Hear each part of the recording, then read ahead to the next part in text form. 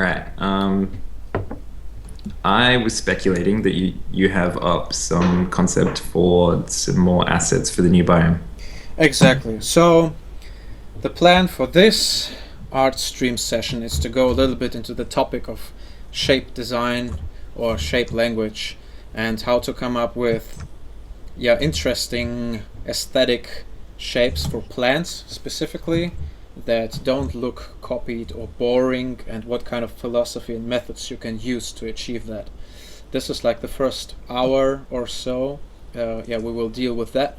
And the second hour of our art stream, we will render one or two plants with color and see how it goes there.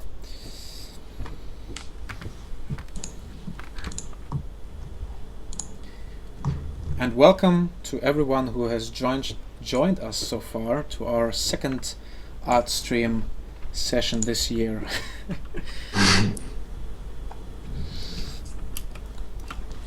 And I'm also sitting around just to ask general questions as well. So Yeah. if you have any questions like, I don't know, why I'm streaming from my kitchen or stuff regarding Kickstarter, anything like that, just throw it in chat because I'm watching that. Exactly. All game related questions to Dave, all art related stuff, you can direct it to me. Dave is monitoring the chat. I'm not looking at it, so please don't be pissed if I don't see your questions directly.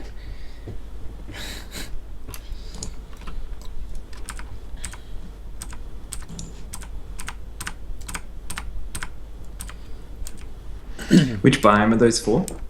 This is for the so-called highland biomes or the rocky biomes. We plan to create two new biomes, a swampland and a highland, in addition to the desert biome that we already have. And like up there, we have five, rock shape ideas that I've been working on in the last week. And basically we have established something there, and we're focusing on plant life. What kind of plants can we use in order to mix it up to make it look more alive and interesting.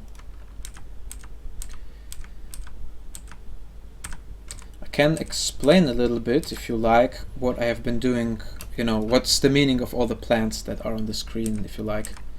You totally should. Art Okay. stream. Tell us art things. Alright, then I will go ahead and bore you to death with art stream stuff. Okay, the point is, I've never designed plants before. This is a very new topic for me. I just painted like generic plants, spontaneously. I never dove into this topic really hardcore. So the process I have made up is actually quite helpful for everyone who's getting into design, because I felt like a noob when I started. And for me, a creative, getting good at creating stuff in new shapes consists of three things: imitation, reiteration, and recombination. First, whenever you start learning an instrument or a craft, you imitate the masters, right? Then, this is like imitation. Then reiteration means you're putting your own twist on it, You're still kind of looking at the masters and good artwork, but you're modifying it a little bit. And then there comes recombination, which means you're gaining the capability to dissect an image into its smallest pieces and recombine them. And what I've been doing, like in the first row that you see on this image, is like from 1 to 9, basically. One, as you can see. I hope you can see it. This has been like my imitation phase. I've just looked at some plants and I just copied them to get a feeling of how a plant works, to get an idea which kind of elements I could use later on. And then from like 10 to 12 it was reiteration. I took some a little bit more fantastical designs and tried to put my own twist on it, like this very strong branch-like thing with the roses. It probably won't appear like it is on the image in nature, so I modified it a little bit.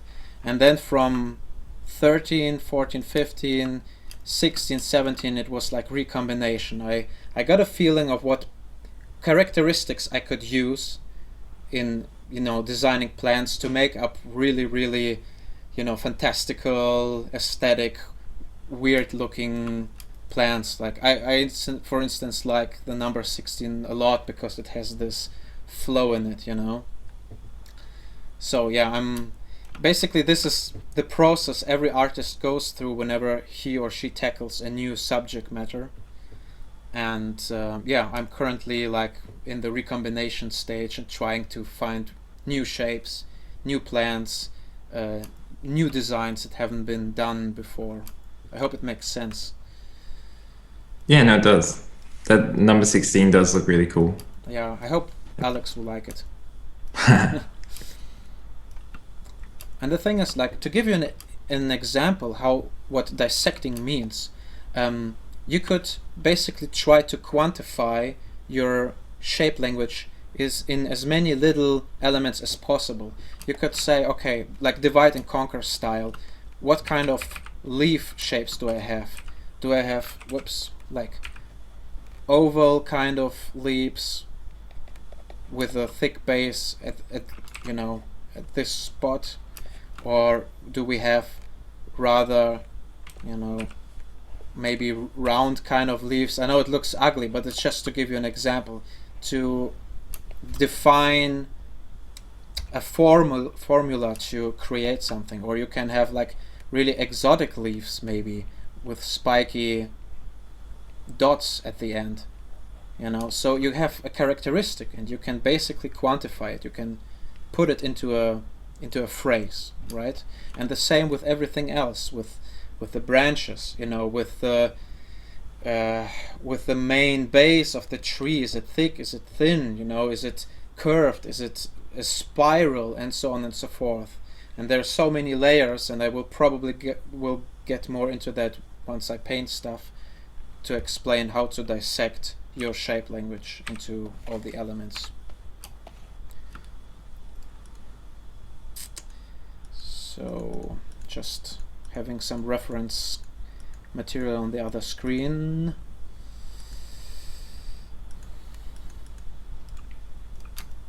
Okay.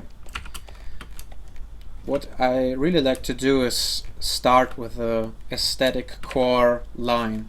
It doesn't matter if I paint poses, or basically everything that is organic can have a dynamic line as a base, and you can try to build around this line some interesting kind of plant. This is what I'm going to attempt now.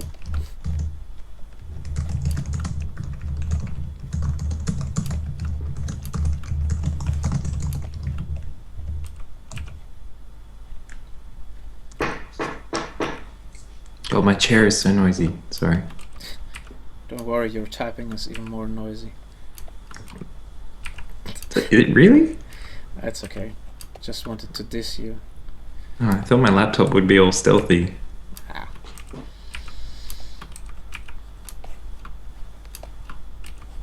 So are you working off some reference material at the moment?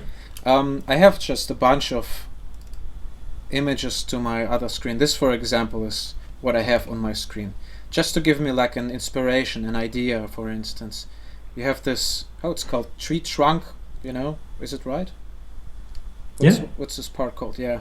I can't see, there's a delay in the stream, okay. So but trunk is a part of a tree. Alright, you have this trunk basically, and what you can see is that it has some sort of spikes or probably dead branches or something like this. And this is an idea I want to pick up. This is a concept I'm picking up and exaggerating or putting my own spin to it. So I'm currently drawing a branch with very hard spikes that maybe serve a function, protection or something like this. Because a naked branch would probably look more boring than something like that. You should totally draw in like a dude standing there gawking at it as well. Yeah, this is... Yeah, you're right. I need to have a scale for all this stuff. Because we don't know how tall or small these plants are at the moment. Most of them kind of strike me as, like shrub sort of things, like hip height. Yeah. Would make Except for maybe that your larger one. That I think could be a pretty cool larger tree. Yeah. This is true.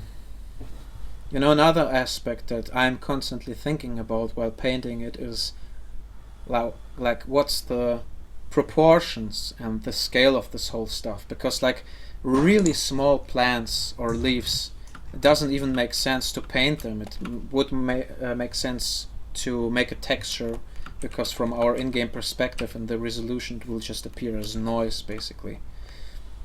So all this stuff, all the shapes have to be exaggerated and bigger in order to be readable in the end.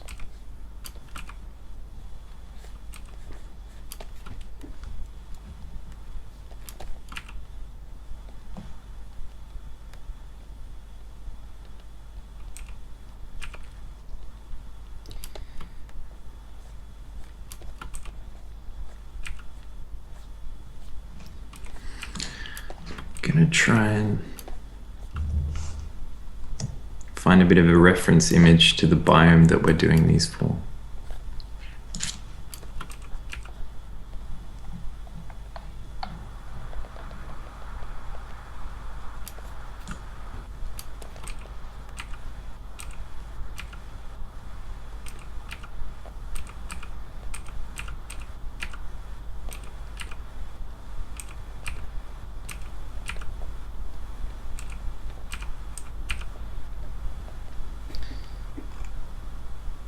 Another point that could be interesting is, yeah, my reference plant has this rather flat, I don't know how it's called, these parts that look like, yeah, I don't know, rather, they're kind of flat, and it looks boring to me, so I want to exchange it with something else. And so you can see in my image I'm taking something rather pointy and that looks a little bit more interesting, that maybe picks up from the shape language of the trunk, so it's consistent as well. And yeah, try to apply it, basically exchange one of the parameters that you have.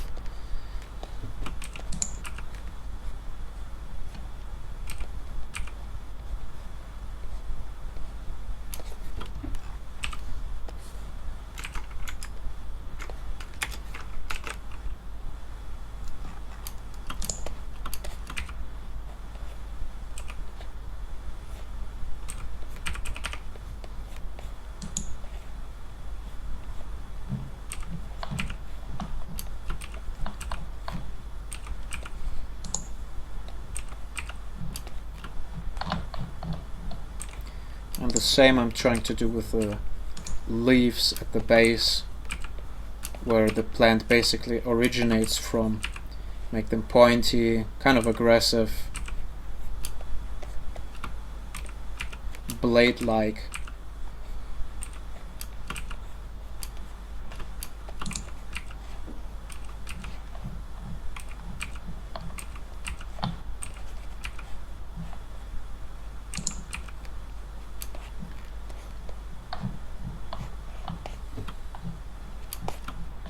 Mm-hmm.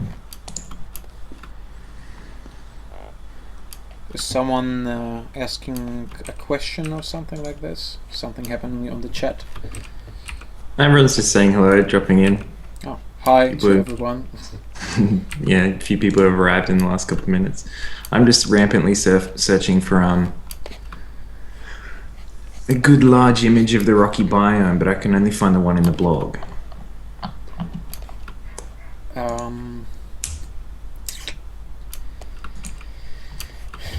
I don't know where we have a high resolution image of that, to be honest. That's okay.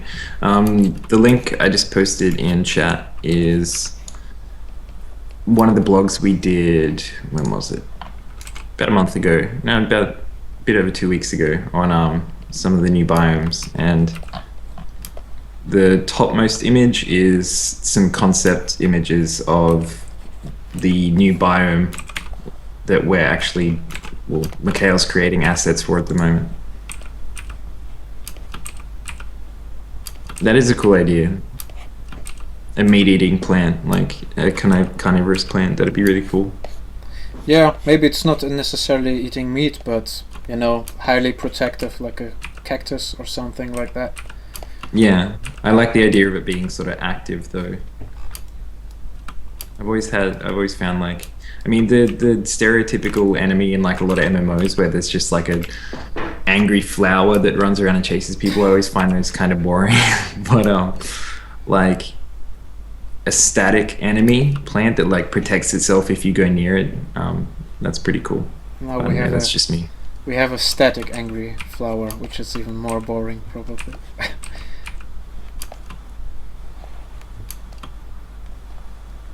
Just drawing a little example of what I mean with shape language, like the leaves for the plant I'm currently working on, I can also divide and conquer it and isolate this problem from my plant, because there's so many layers of design questions that you have to ask yourself, and like looking at the leaves alone allows me to focus more on this part. So I just gave like 4 examples, like a very broad flower, pointy, like a flower, and one that has sharp edges, and one that has sharp edges and kind of teeth, So you can mix up a lot of concepts together until you iteratively get to the result you like, or to some visual result you like.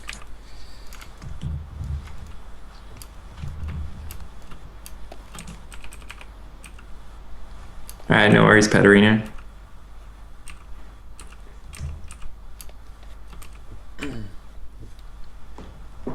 So Dave, let's talk about the mood currently in our company after the failed Kickstarter. How do we feel?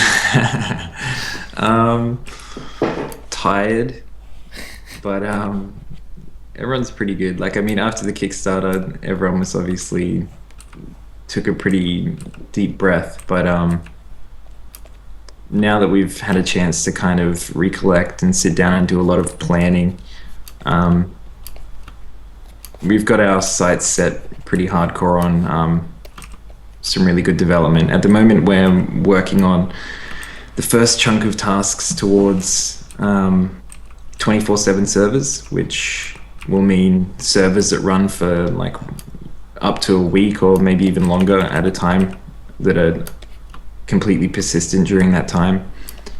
And in order to do that, we obviously have to add a bunch of stuff, and also tweak a lot of things that are currently, basically make it not possible to play the game in that sort of way.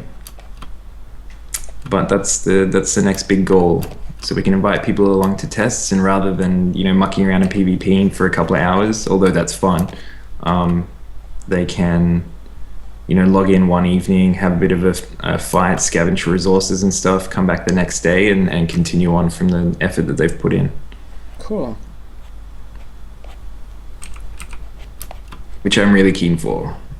Yeah. Means I can just like sit on the server and randomly chat to people. So you reached your goal in life. Oh, that has to be some sort of goal, right? Just hang out on the server, chat to people, roam around, And get get in paid a for few it. fights. Yeah, be good fun.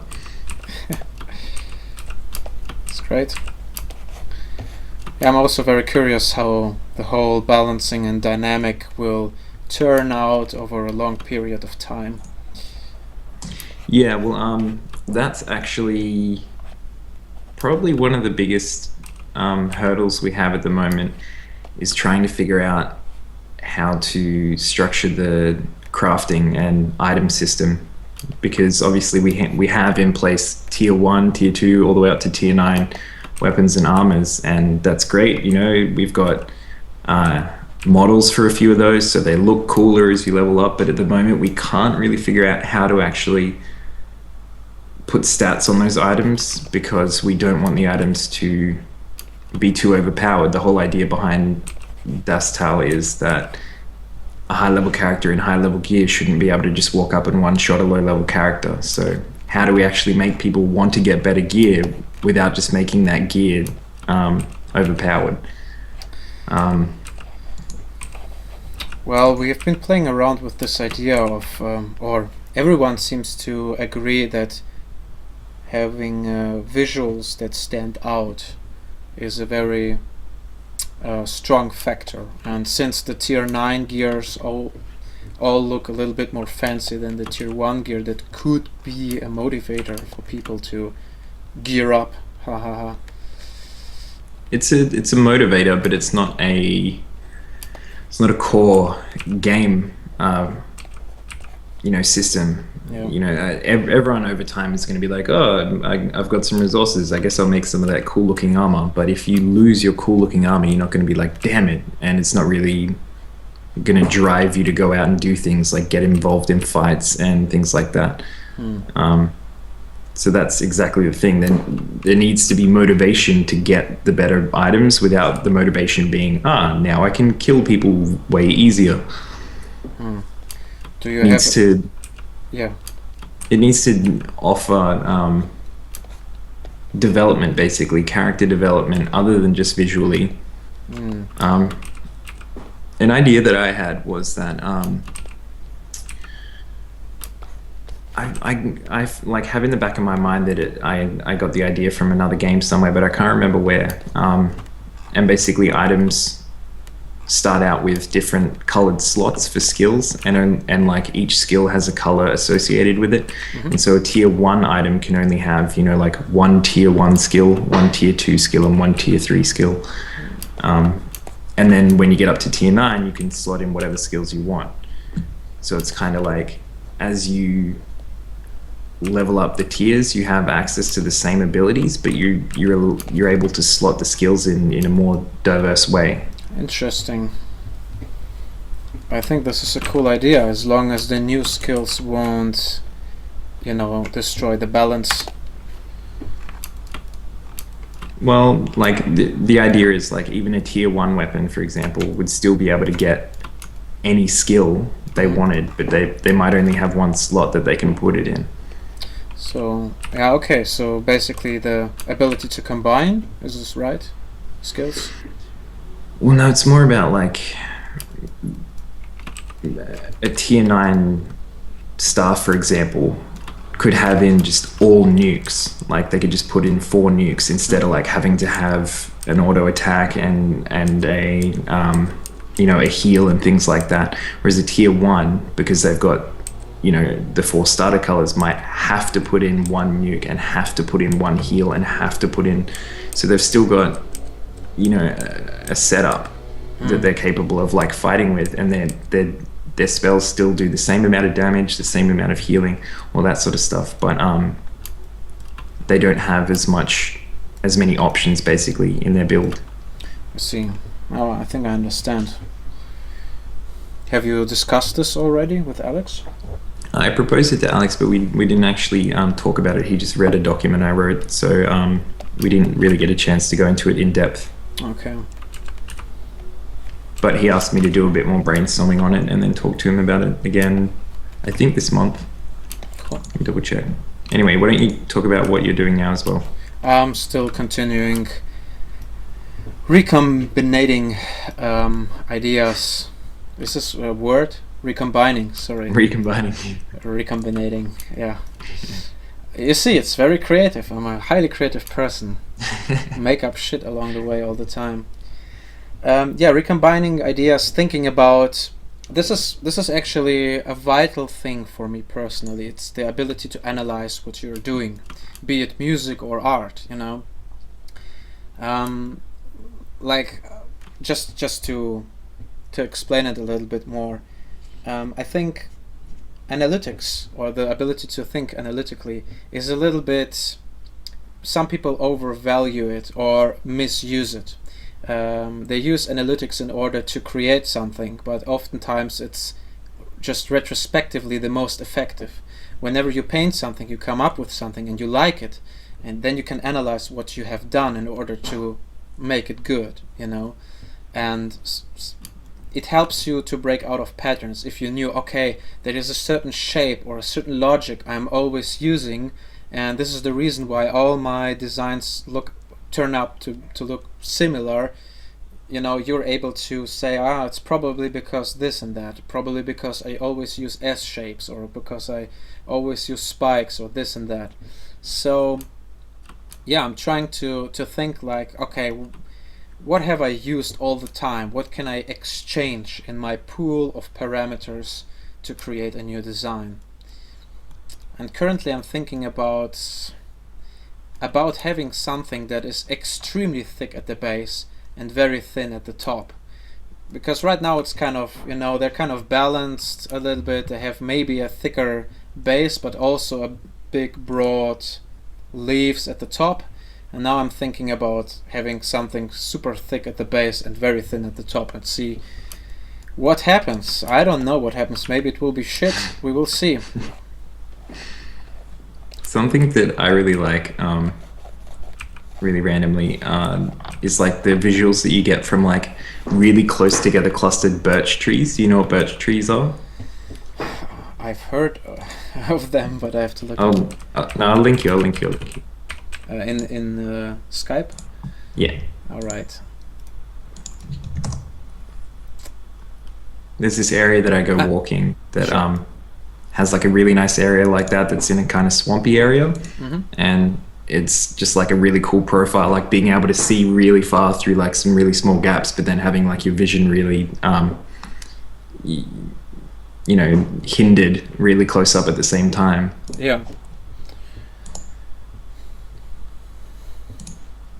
Well, I see one concept that we can extrude from this, and this is the idea of having many rather slim sticks, a lot of them, in basically almost parallel. This could be like a design basis where you could start from, and I'll just take it as my next design after I finish the one I'm currently doing. Yeah, I was just throwing out some ideas. Yep, sure, go ahead.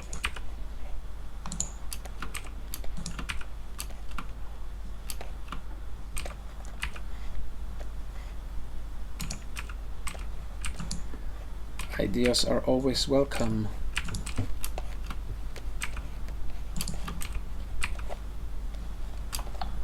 Oh, by the way, for all the guys in Munich, if some of you want to sell a car, preferably a BMW, let me know. I'm currently looking for one. Yeah. Mikhail unfortunately had someone run into his car with their car. Yeah, with their tank. It's not a car, it's a tank.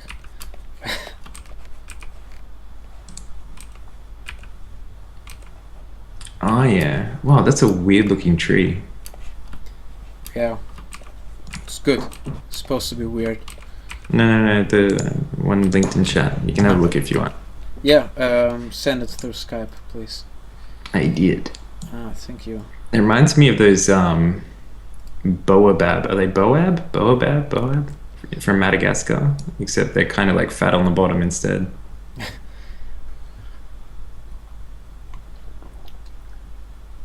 So weird. Paterino said, "Let's buy you a tank." Yeah, I'm happy for everything.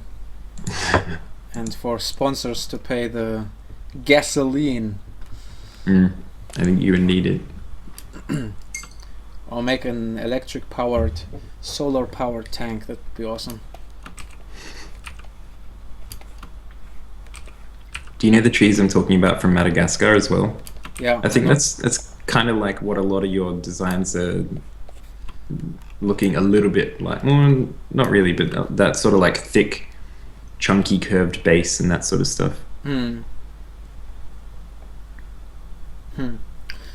Could be. I've actually tried to look up the plant life of tundra-like biomes, but it's very difficult because there are no trees. There are only grass and flowers. So the thing like with the highlands is I'm not sure yet what kind of floresque life we actually do have there. I mean, we have the swamps, which is filled with plants. We have the desert, which is filled with dead plants. We have the highlands, which is filled with rocks. What kind of plants does such a biome have? I kind of like the idea of plant clusters kind of growing out of the cracks in the rocks. Hmm. That could look kind of cool. Like, and I mean, that's where we get the opportunity to get a lot of the green um, that's part of that color palette. Um, or maybe moss and things like that. I reckon you could draw some pretty freaky looking moss. This is true. This is something like I take for granted because moss is basically only a texture for me from Yeah, that's artistic. true. You know, this is like the conflict I have. Do I only use like textured grass and textured moss, or do we actually have like assets for the plants? And I mean, this is again where the design aspect comes in. You don't have to stick to reality too closely, otherwise it will be boring. You know, we have the freedom to make it interesting visually, but I personally have the requirement to make it also as believable as possible, or have some explanation for the plant life that grows there and the shapes. What I've been thinking like is, okay, maybe the rocks, we had this discussion about spice, you know, about this magic stuff flowing everywhere, and Hmm. why not having the rocks and the soil of the highlands having accumulated a lot of spice over the time, and the plants growing out of the cracks like nourish themselves with this stuff and grow incredibly thick and, you know, tall and strong. I like the idea of just having them be like really weird. For some reason, like if I imagine the Highlands areas, like a we have ideas about the sort of rock pillars and that sort of stuff. Yeah. Um, and having like extremely large trees grow out of that. I don't know whether it'd work. I like the idea of the trees being affected by some substance, like under the rocks, though. For this tree, for number 13, I had the idea that it's like the inside is hollow and kind of glowing, bluish. Maybe you have mushrooms that glow, or you know, that fill themselves up with the spice and start glowing. Maybe you can go there and loot stuff and whatever. Hmm. I like that idea. I think it looked pretty cool. When I saw that, I thought it looked kind of like half rock structure, half like tree, Yeah. like a plant that was kind of like growing with the rocks, like intermingled with it. Yeah, why not? I mean, whatever you see, mate.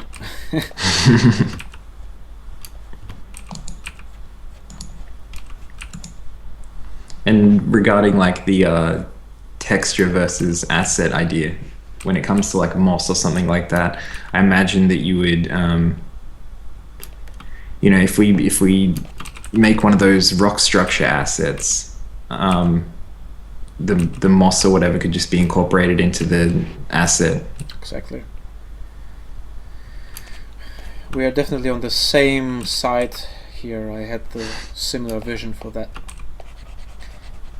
What's coming out of that thing? Well, you know what? I thought, why not take something from the image that someone has posted in the chat, you know, these odd trees, the last image basically, Mm-hmm. and take whatever is growing out of them and take the shape and apply it to our tree.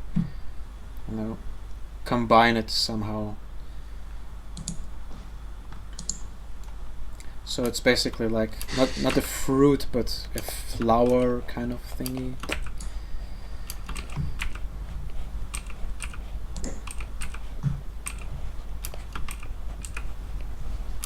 There's another one for whenever you want to have another. Sure.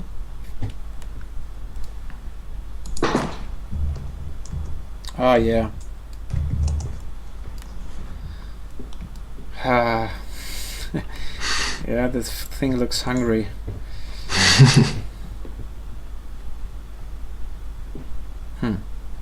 Just imagine this to be like a gigantic, I don't know, like not beehive, but yeah, something like this, like a hive for some insects. So you're not allowed to come too close, otherwise you will be poisoned. Yeah, they like swarm out and attack you. Yeah.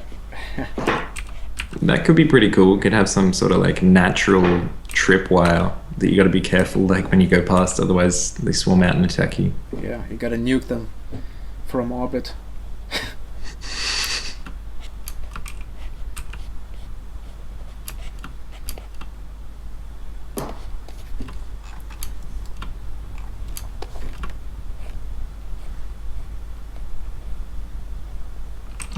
And remember, I am watching chat, so if anyone has any like random ideas about how they think Mikhail could improve the image, or ideas about what they think would look cool, or questions about what the hell he's doing, just write them down. What the fuck are you doing, man?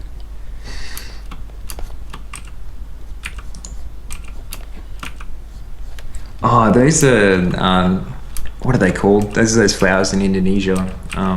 Starts with M, I think. Yeah, those are like the biggest flowers in the world, I think.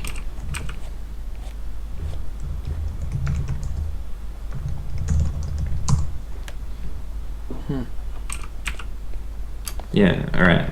What the hell is that called? Alright, I was wrong. Apparently the scientific name is like Rafflesiae arnoldii. Sure. And it's the official state flower of Indonesia. Ah. I think they smell really horrible as well. I could be wrong.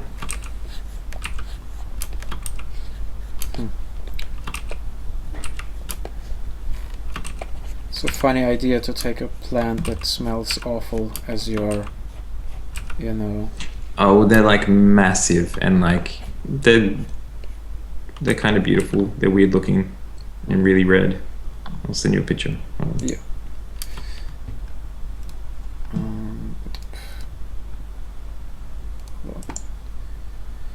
Have you already sent one? The link? Nah, I'm slow. Captain Slow.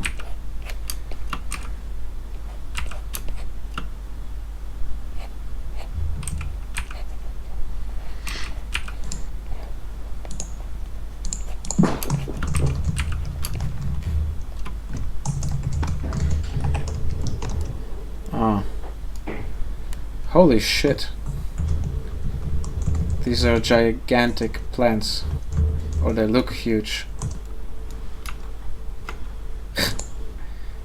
Yeah, they are. That's what I said. They're the biggest flowers in the world. Holy shit. I don't know. I don't want to step in there. Looks like the rabbit hole.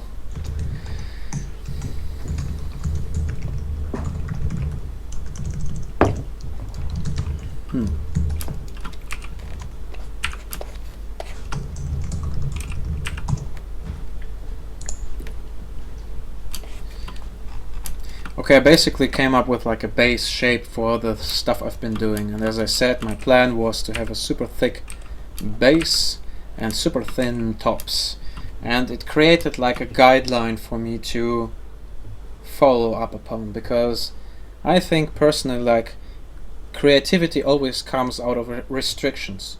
You have to set yourself artificial boundaries in order to make your mind work, because the mind works best when we have to find a workaround. When you have a complete white piece of paper and no vision, it's so damn difficult to come up with something. So set yourself rules, like, you know, game rules. And I try to do this, and I have a shape that doesn't resemble anything else too much, and I've combined it with another idea, with this weird, I call them fruits or whatever, leaves. And the next step is like, it still looks boring, so I will need another layer of something that's interesting. So I'm trying to give it a little bit more texture, or maybe like a parasite plant or whatever, like layer above layer above layer, to make it look interesting. Because like this tree here, number 16, is, well, yeah, it's basically a dead tree that is overgrown by a parasitic, I don't know how to pronounce it. Parasitic plant, you know.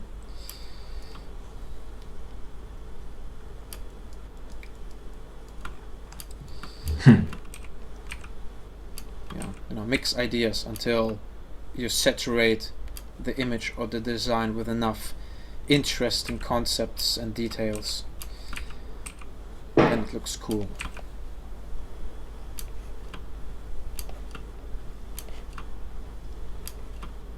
A vine like going up it could look pretty cool, or maybe like a vine that is kind of spread all over the ground as well. That's like some crazy color, because that would make a really interesting ground texture, and then it's climbing up the tree as well. Yeah, true.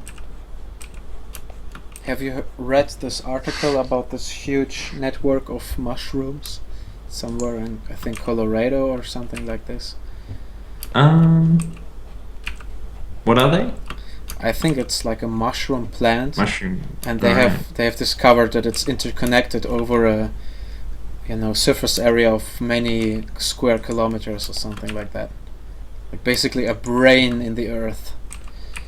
So it's like Avatar. Yeah, true. Exactly. Whoa. It's probably where That's they pretty got cool. the idea from. Osmond just posted some pretty crazy images. One of them's like a waterfall going through a tree. Oh, nice. They're from Turkey. Nice.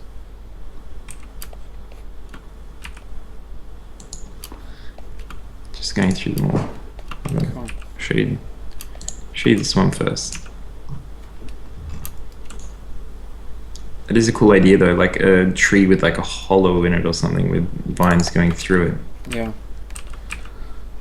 Where'd you go? There you are.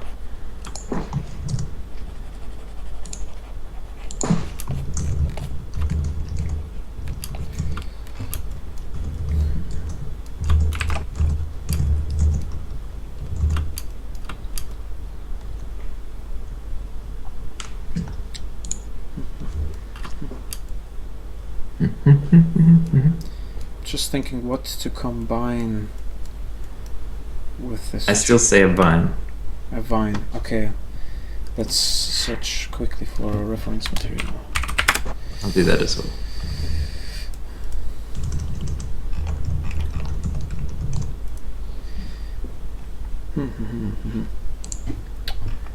Okay, I'm gonna make a do. Jesus Christ. I want to do a vine, but it has to have some interesting leaves. Hold on. I think something like that, except obviously on a tree, not on a wall.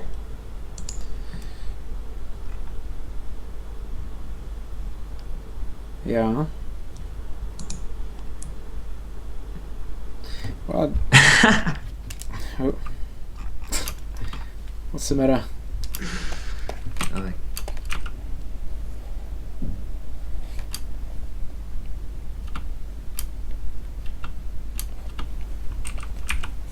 I told a friend of mine to come along to the stream. She made an account called Wells for President.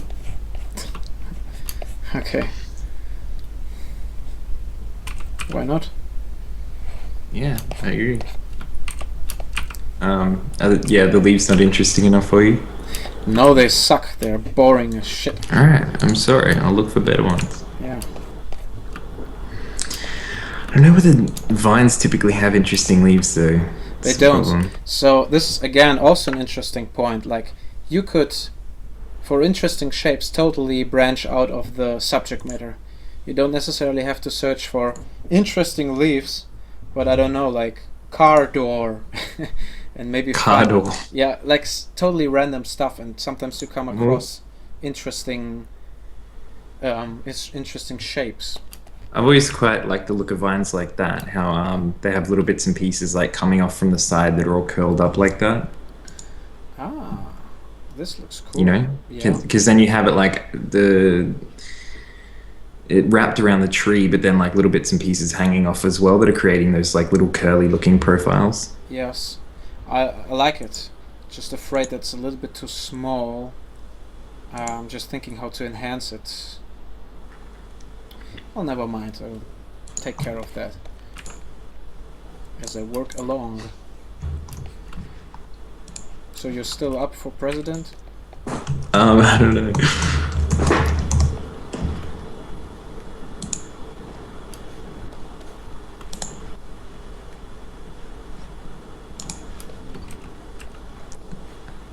or gigantic leaves like cabbages have. I don't know, cabbages look kind of, I don't know, I'm not a big fan of cabbages. Oh, just send the Not a- link. yeah, my friend is still saying vote one Wells.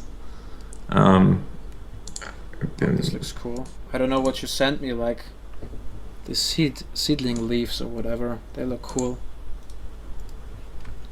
Watermelons are kind of just big oval shapes, so gotta think of crazy shapes. Like, Kel, I gather you want something kind of exotic. yeah, not necessarily exotic, but aesthetic and interesting.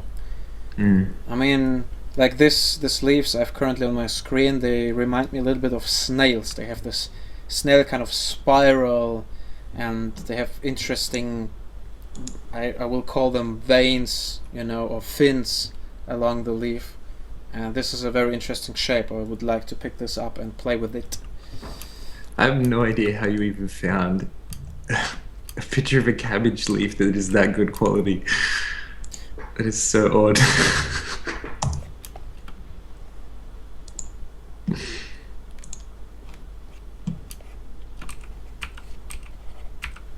Oh, watermelon vines. I don't think I've ever seen a watermelon vine.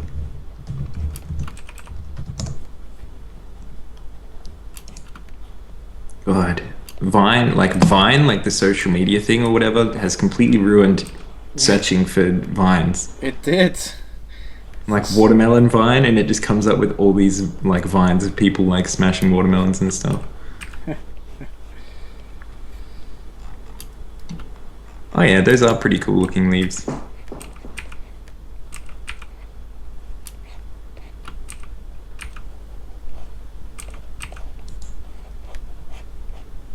Looks kind of cool with like the really plain round shape of a watermelon in the middle and then all these like weird leaves.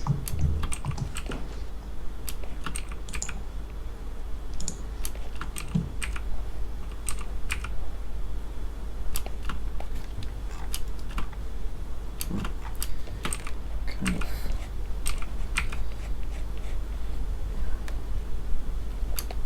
Damn it.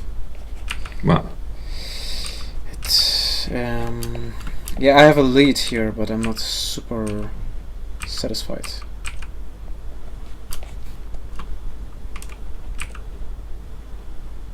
I think you need to lose that like the parasitic thing that you did. Again, please. I think you need to like see the smudgy like parasitic stuff that you added, like the Ah, you mean this? fungus or whatever. It's moss. It's supposed to be moss. I don't know. Maybe it'll give it more context when it's got color, but at the moment it just like kind of messies the overall like image. Like Yeah, there's a lot of different shapes and stuff, and they This just kind of is- look like little. This is true. It is messy because I haven't separated one plant from another yet.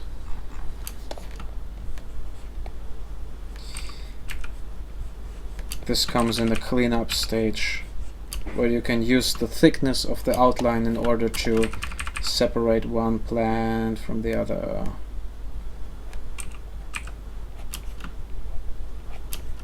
Yeah, I don't know. Like I said, I think if it had color, it'd make more sense, but I can't see it. Yeah, well, we have 10 minutes left, and then I will start rendering one of those suckers. So I might as well take this one that is not as good readable as well. Readable? Oh, fuck my English. As readable. As readable. That is not as readable. Do you actually have watermelon plants in your horse paddock? You never told me that before. Who are you talking to? My friend, she's saying random things in chat. Okay.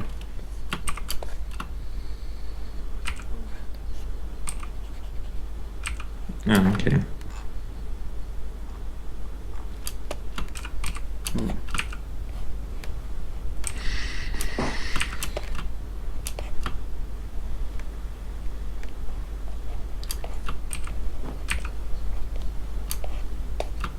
Sorry, I'm always confused. I'm not sure if you comment on something that I have to comment.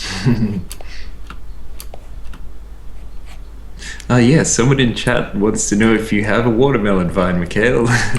Yeah, Not really. it's growing around my computer.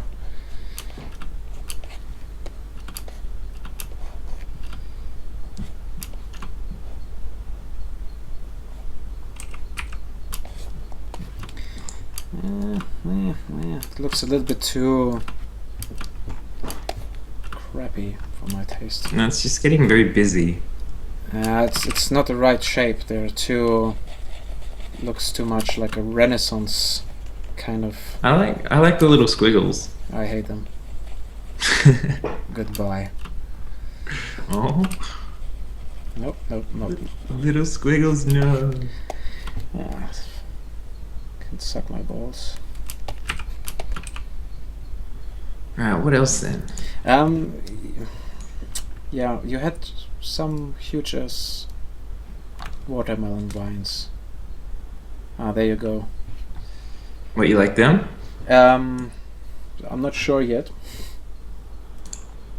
Alright.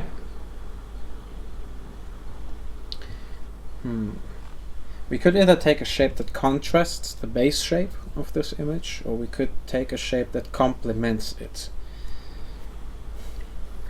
I'm not sure yet.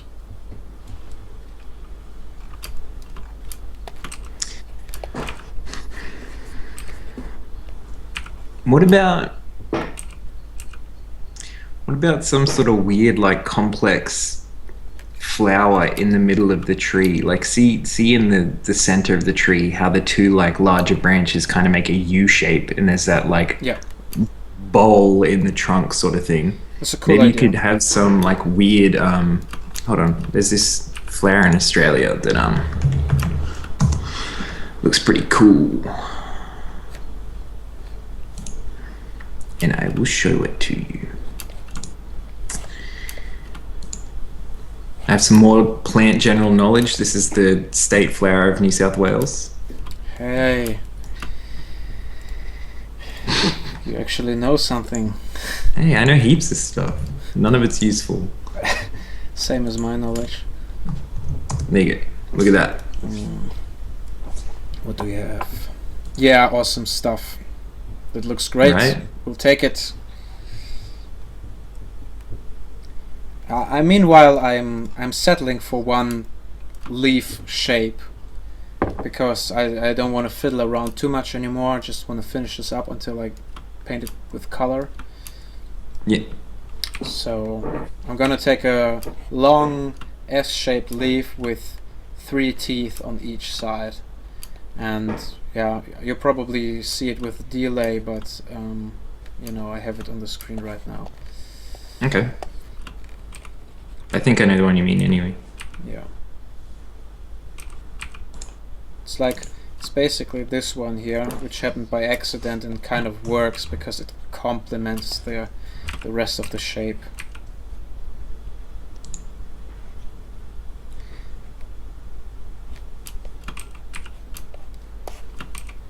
Yeah.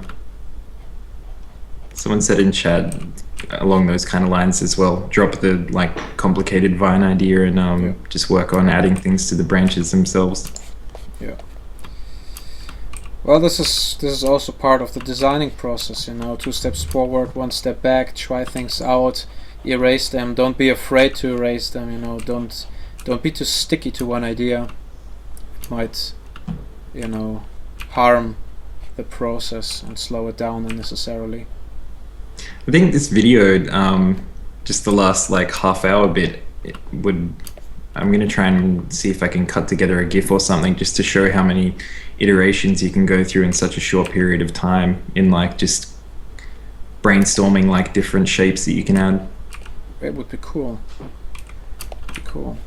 I mean, I think this is basically the gist of being a concept artist. You know, many people have this wrong idea that you constantly paint promotional artworks that is detailed, you know, detailed and highly rendered, but this is not the case. Most of the stuff gets thrown away, discarded, or, you know, produces other ideas, better ideas. And the more efficient you are in what you're doing, the better, because like communicating an idea with just a couple of strokes is a good tool set to be a concept artist.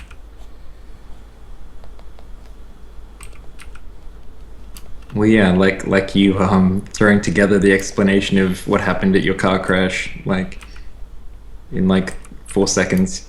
Ah, Like this car was here coming along this road, and I'm like, I totally get it now. I'm visualizing. anyone else interested in my spectacular car crash? I think we'll stick to trees. Yeah, please. I'm having enough trouble with insurance companies as it is. No worries, Paterino. Thanks for dropping in. Okay.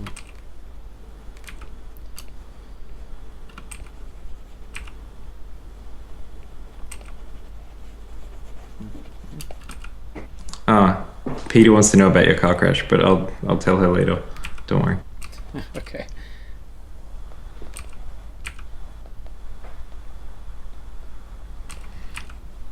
I wish it would have been spectacular, like with the turnover of my car and landing in the river and almost drowning and fire and nukes and every dinosaurs, but it was quite boring.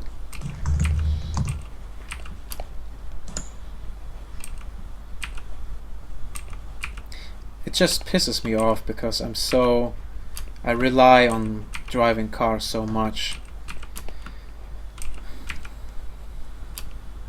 Oh, you are doing the cool little flower in the center thing. I'm doing the cool little flower. Just trying to make it look cool. As cool as possible. And that kind of incorporates in the idea you said before, of that sort of glowing center without it being like hollow. It's more of just like I don't know, almost like a glowing heart in the tree. Yeah. What don't you like about the angle? Who? I'm talking to chat. Okay.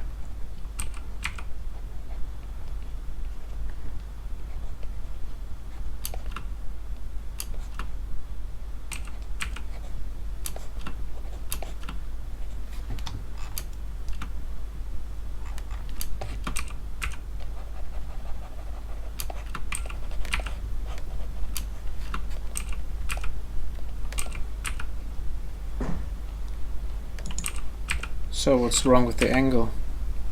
I don't know. She hasn't answered me.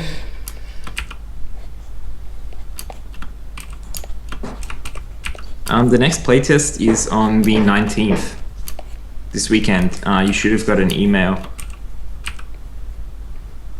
if you're if you're on the mailing list at all. You should have got an email on the weekend, last weekend.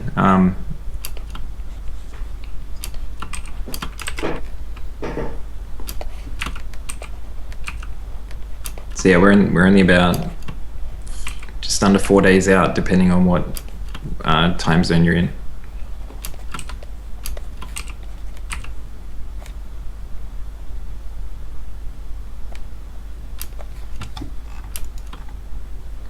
Yeah, that's what Mikhail was saying before, actually, Osman. Like a tree with a lot of sort of defenses to protect itself from being eaten, thorns and that sort of stuff. And I think that's really what we're going for with this one. This one's more just like a really elaborate, ornate sort of thing. But Mikhail is messing around with a few spiky-looking leaves, and I think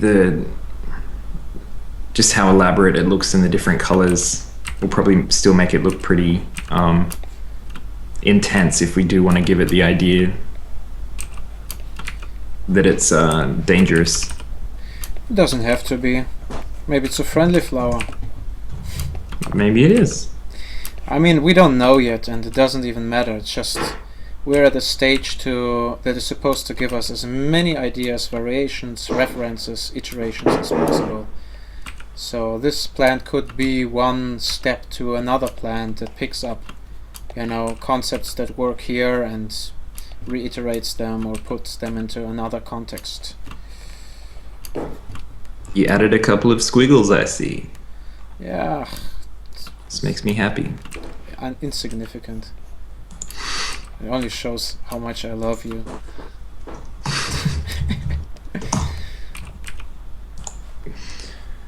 Today at work, Mikhail drew me a flower and professed his love to me.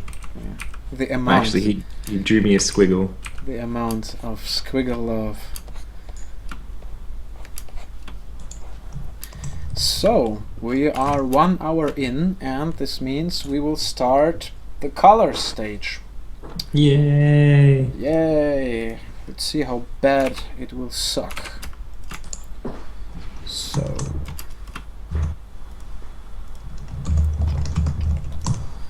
just give me a second.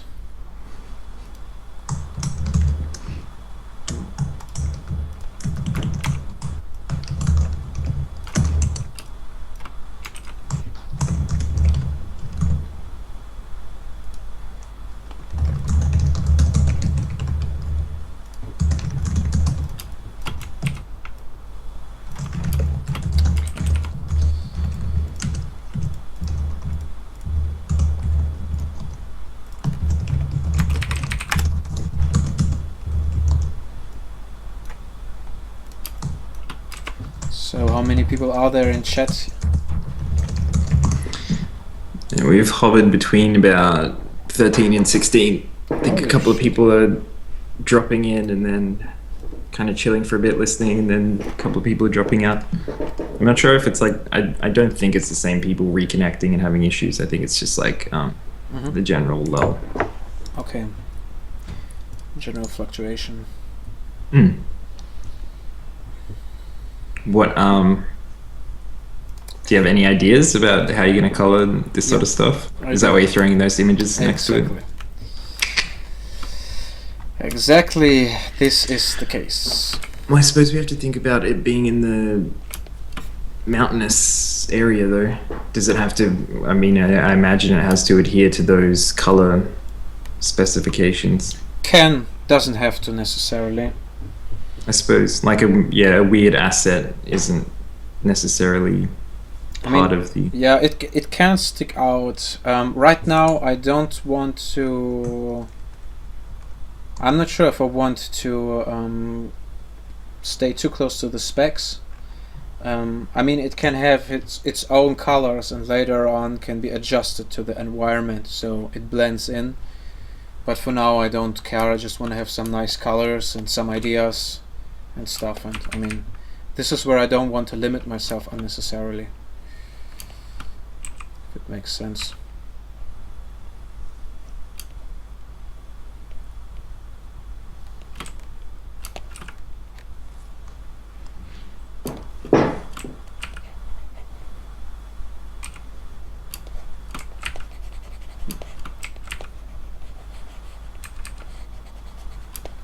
Sure. Well, maybe a little bit. Hold on. To search for something.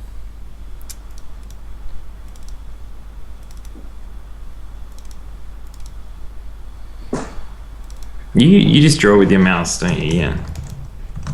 Me? Yeah. With my mouse? Yeah. No. What do you use? A Wacom. What is that? Like I hope you. I don't want to touch the camera. It's like a thing, like a tablet with a pen that you can draw on, and it. Wow, I did not know that. I thought You you were- used your mouse. You were assuming all those years that I'm drawing with my mouse. Dude, I don't know anything about how you do it. Holy shit! Well, it's because you're always looking at the screen, and I guess I imagined that you couldn't like look at the screen and draw at the same time. All right, so I was wrong. Well, the tablet itself doesn't display anything. It's just a tablet, and you're supposed to look at the screen. Otherwise, you don't know what the fuck you're doing. I suppose it's the same as getting like the hand-eye coordination that you typically get with the mouse. Yeah, exactly. Except just getting used to a different tool. For some reason, I just assumed that would be really difficult. I suppose it is, but I think it took me a month or two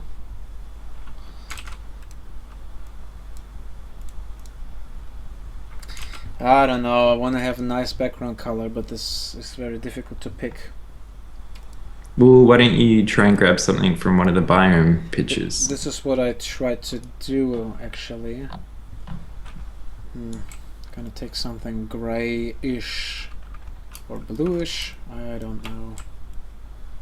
Gray bluish. The tricky thing is, well, it makes sense. You're kind of right. You know, it makes sense to put it at least into to have a background color that is a little bit similar to the environment, because you have an effect that is called complementary contrast, which means that colors appear different if they have a different neighbor color. Mm-hmm. This can lead to a lot of weird situations if you don't pay attention to this, which I almost did not do.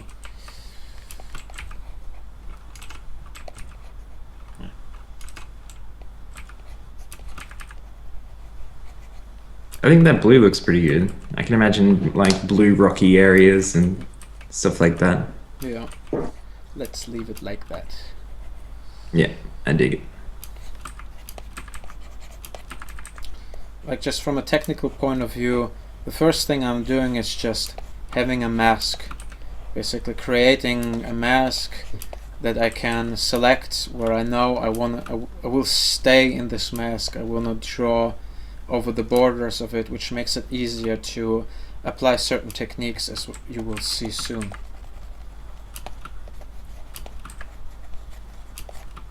It could be any color, it could be even black, but it doesn't. I mean, since I can't pick a color, I'm just picking something that is close to the final color I want.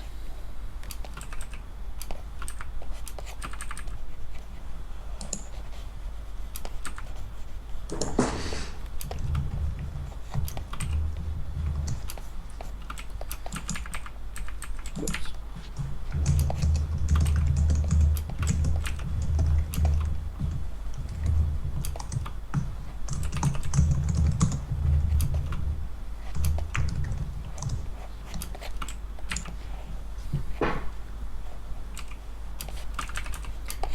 And by making masks, some people go ahead, they zoom in super close, and they try to go along the borders of the outline really cleanly, as I'm doing it now.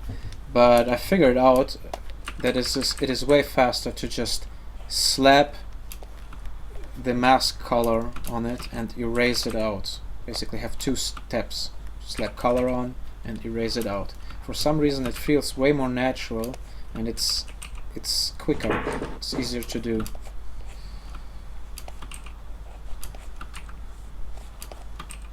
And it's way more fun for some reason.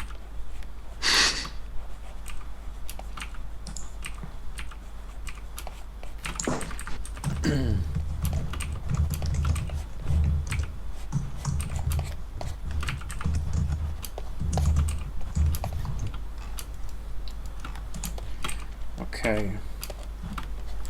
Let's see. Yeah. This is my beautiful tree. Looks like crap, doesn't it? Okay, the next step is one of the most important steps ever for me personally. It probably is the most important step. We have established this mask, so what we are going to do now is make a gradient. And it has a very simple reason. Light always works in gradients. You almost never have a surface that is equally bright. You always have a small gradient, you know. So whenever I will paint on this picture, I will pick colors and values from this picture, and because of that I want to have a good progression of value and color on my mask already. For, you know, it's just like a preparation step for me for the future rendering process. So I have selected this mask, as you can see. I will, you know, make the selection invisible. It's still there, but it's invisible because it just distracts me when it's blinking around. And then I will say, okay, I want to have a nice color and value progression. So how do I approach this? The darkest spot are not the roots on the ground, but it's slightly above the ground. It's somewhere here. The reason for it is because light from the ground bounces back and illuminates the roots. So basically the darkest spot is, I don't know, maybe half a meter or 30 centimeters above the ground. I'm not sure how much it is able to see in reality, but we are not trying to recreate reality, we're trying to do an aesthetically pleasing product. So I've just figured out that this works best. It's an exaggeration of probably effects that happen in real nature. And for the top I will take a bright color that is more yellowish, because it could indicate that the top is rather dry. So let's make a progression.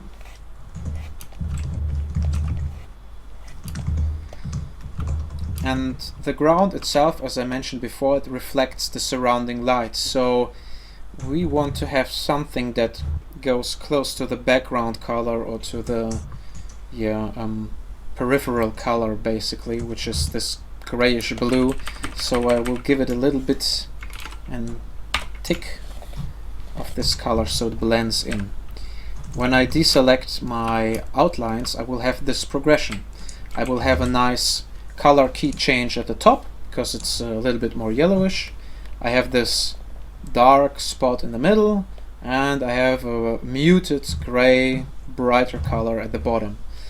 And it may look a little bit weird at the beginning, but it's just my layout for the very first step. I will now continue and blend the colors, blend the values, give it a little bit more geometry, and yeah, this is a very necessary step for me basically.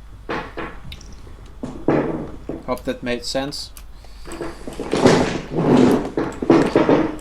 It did, but I was only semi-listening. I was sending out another tweet. I'm sorry. Ah, you're so unreliable. I'm not. I'm reliable. You were saying it to everyone. Everyone knows that I'm very up to speed on gradients and other complex art techniques. All right. I love you, Dave. Why don't you love me better?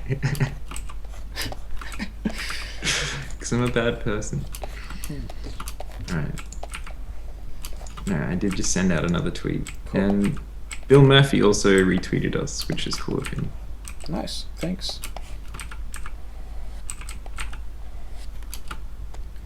So, as you can see here, I rather quickly can establish geometry. Basically with the rule that, okay, light is coming, the strongest light source is the sun. It's coming from the top, and so all the bright surfaces are facing upside? No, well, to the top basically. Upward? Upward, Yeah. thank you. So I'm thinking about a very, very strong, I don't know if I have like reference materials here, like a bonsai tree. They have a very deep geometry in its structure. So let me see if I can find a reference material. Come on. They are so low resolution, that sucks. Come on. I'll help, but I'm not totally sure the type of thing you're looking for. Ah, I have found it. Yeah, for anyone who can see this, it's low resolution, but you can get the idea. It has very odd structures and strong structures, and I will try to pick this shape language up, or the geometrical language, and transpose it into my image. Oops.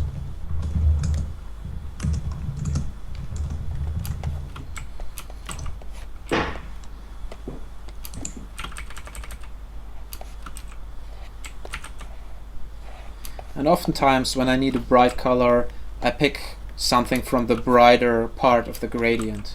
And interestingly enough, this is like a mistake that I've been doing as a beginner quite often, and I've seen making other people doing this mistake. They assume they want a bright color and pick with the color picker. And the thing is, the nuances are so subtle and small that they basically pick a value that is way too bright, and they get a very clustered and uncontinuous value structure in their image, and it will look amateur-like, it will look cheap and not artistic. So, you know, be careful with your value picking. Just pick like some spot that is close by. It will be bright enough. You know, as you can see, the differentiation is good enough. If I pick something that is really bright, I will get like a super highlight that it, well, you know, can destroy your image in the end.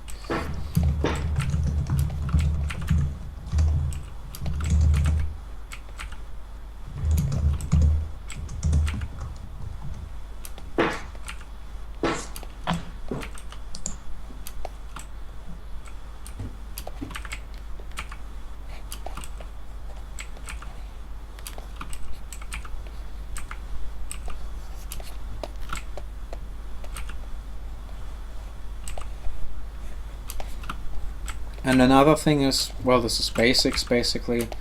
Everything that is parallel to you as observer. Imagine you're standing next to the tree.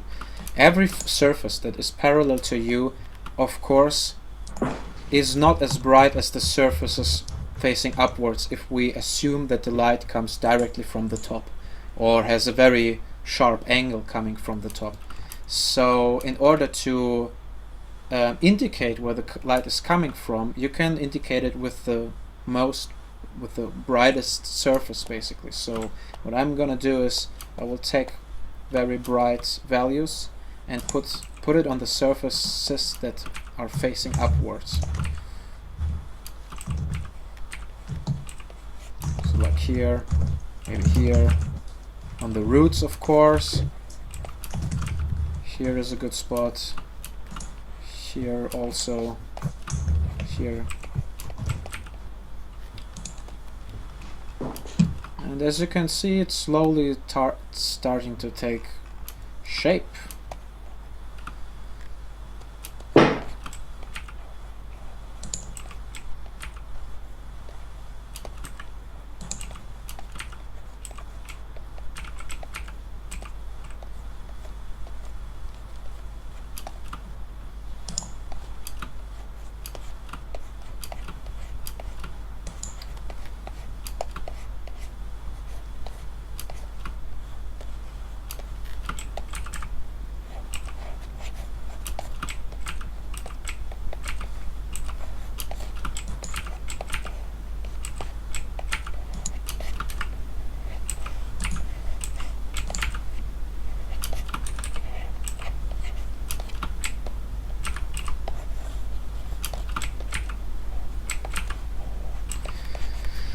This is still a part of shape language in a way, because we want to, yeah, it's a little bit difficult sometimes to indicate geometry through line art alone.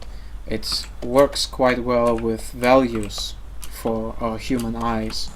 So I'm still kind of thinking, yeah, how deep do the holes and does the structure go? Or, you know, we can also put a rule set again on this tree. We can say, okay, in the thick bottom we have very thick, I don't know, yeah, thick holes, a very structure with a lot of depth, and the higher it goes, the flatter it becomes. So you have a consistent rule throughout the tree, which again could look interesting, and I will probably follow up on this because it also saves time and see how it will look like in the end.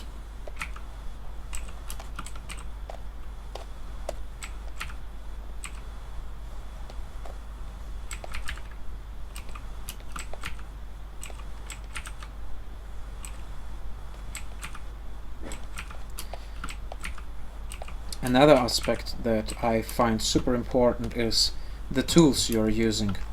As you can see, basically my painting process in this stage consists of two different things: picking a color and slapping it on a place. And it doesn't even matter that much what kind of brush I use, because the second step is probably as important. I have a certain smudge tool. It's It's my custom smudge tool, but I will give you a look how I've constructed it.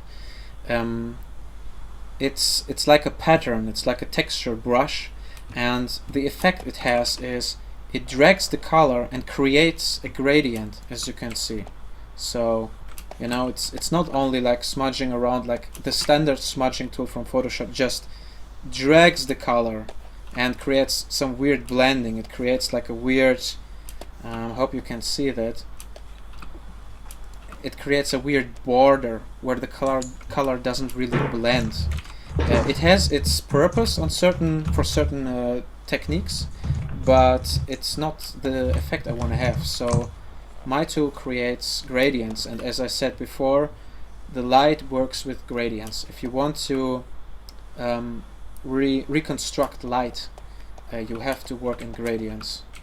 And this is a very useful tool, because if I didn't have this one, I would have to pick a color, place it, pick again the color I've placed it, place it again, pick, place, pick, place, pick, place, and I will get like a, you know, like a staircase of values, which is okay, but it has a certain look to it.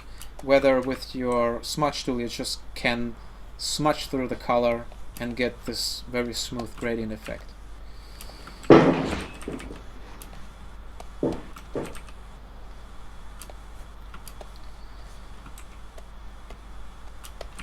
Did this make sense?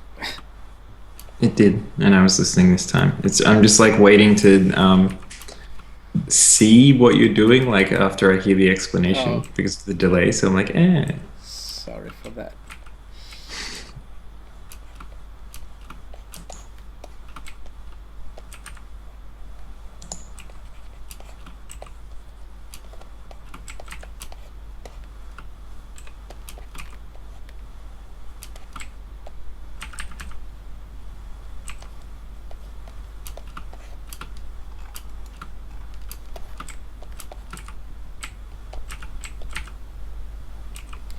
I mean, this is just one technique, it's just one road that you can take.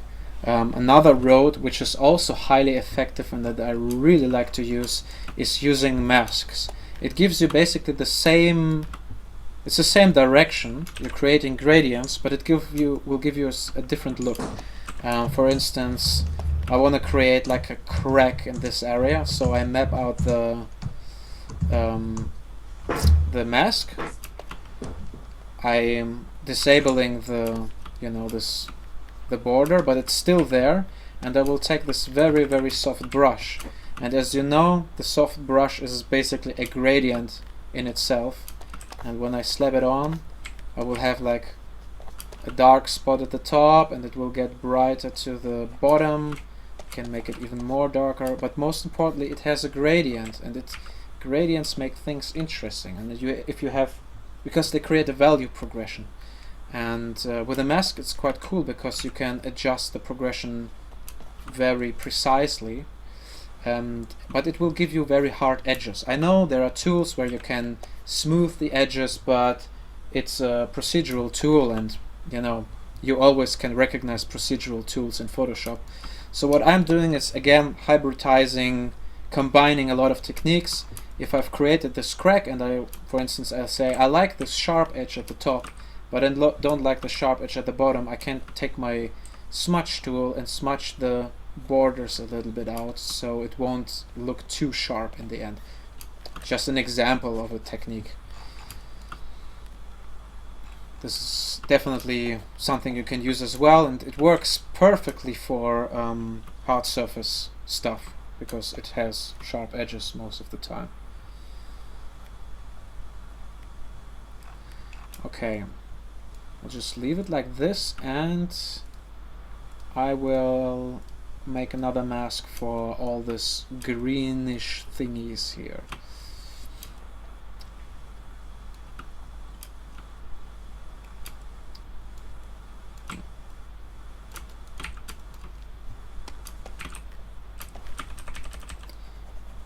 Any questions from the chat, people? Any comments? no, everyone's just saying. I was saying you're doing a good explanation. Cool. And people are agreeing with me. Thank you, people.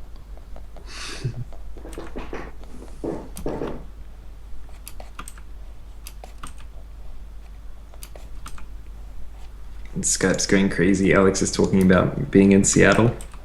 Ah.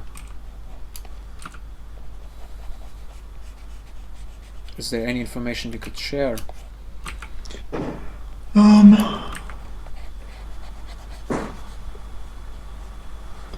No, he's just saying they're like settling in and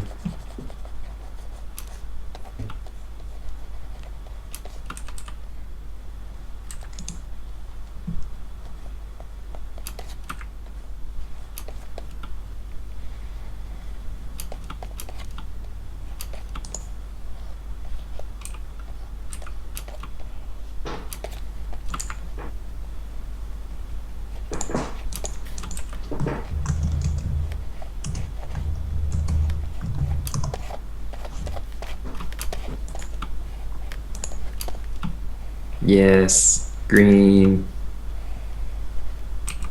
That looks awesome. Uh, What color are you gonna do the flower? red. Super red. Yeah. I've assumed that, or my idea is what I want to try out. We have this little flowers on top of the, you know, this eggs or whatever you want to call it, Yeah. and maybe just to indicate that this is like part of the center flower in the middle, we could Put make those them red as well. Red as well, exactly. So I basically- reckon that'd look cool. Have that like massive red core and then these just like splashes of red on the outer edges Yeah. of the entire profile. Exactly, it's like the mothership infestating this poor dead tree, Zerg-like. So it like kind of got into the core of the tree and then like sent its vines like up through the branches, like inside the branches and on the outside. Yeah. Having its root system also inside the tree, which is interesting. So you can't just kill it by cutting the vines outside, you have to, you know, basically nuke the whole tree. Mm. I mean, of course it's not perfect as of yet, it's just like not super consistent, but again, it's only one step. You know, maybe this will never see the game, but maybe an idea that grows out of this could see the game.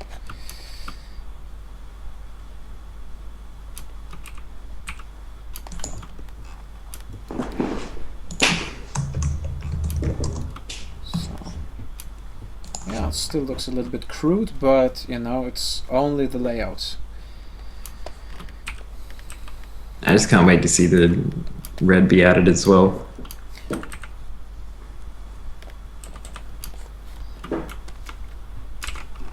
So the same logic as we had with the tree and the geometry applies to this layer as well. And I mean, I think it's self-explanatory for everyone who uses Photoshop that in this case layers make sense. I don't always like to work with layers because sometimes I want to have them merged in order to blend between certain colors. But at this stage it's like, okay, you know, you have a lot of thin vines basically, and if you have a lot of thin stuff going over your screen, it's better to have it on a separate layer. So we'll pick an interesting highlight color like this, you know, poison green, and turn the opacity down and basically paint everything that is, or every surface if you want, that's facing upward. I'll give it a highlight, especially the leaves basically, because they are like in a 90 degrees angle.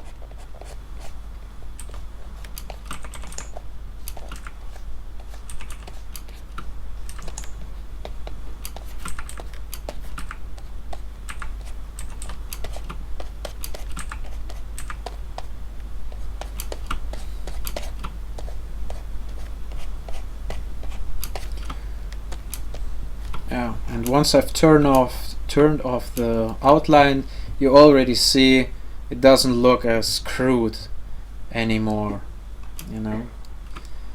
It has a little bit more, you know, volume, geometry, whatever.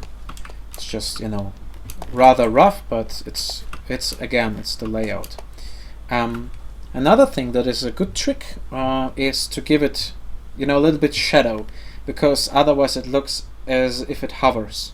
Because naturally, if you have this wine, it will have a spot where there's ambient occlusion, where the light gets trapped and it's dark.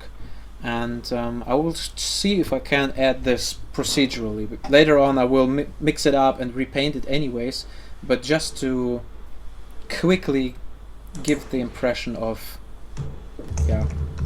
geometry and shadow. Okay, this looks like crap. No distance. Spread. Now it looks like crap, forget it. I will do it differently. I will make a selection and invert it. So, and have another layer. So whenever I paint basically outside of the selection. You don't have to make a selection and invert it. I just did it out of habit.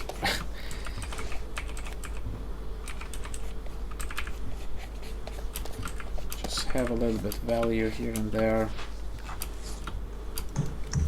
Especially at this place, it would make sense. Or maybe make a selection of the tree, that would be good.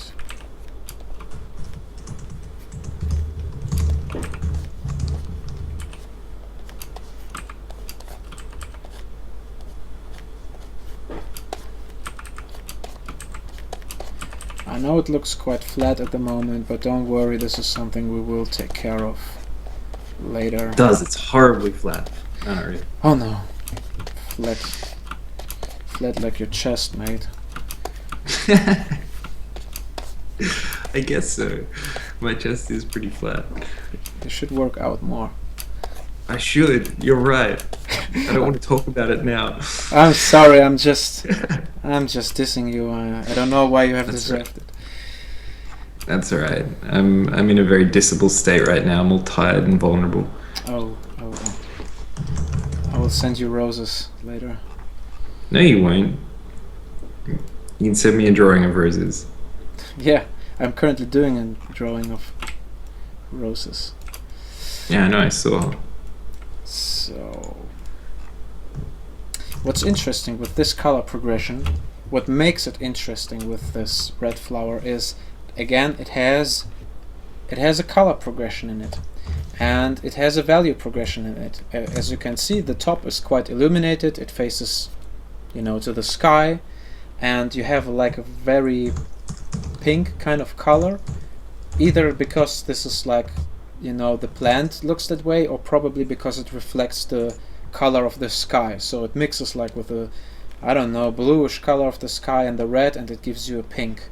And at the bottom you have also ambient occlusion. That means like light is trapped and a lot of the spectrum gets absorbed except the red color. So you have like a super saturated red color at the bottom. And it has a nice progression, value-wise and color-wise, and this is something we want to steal from Mother Nature and apply to our own image.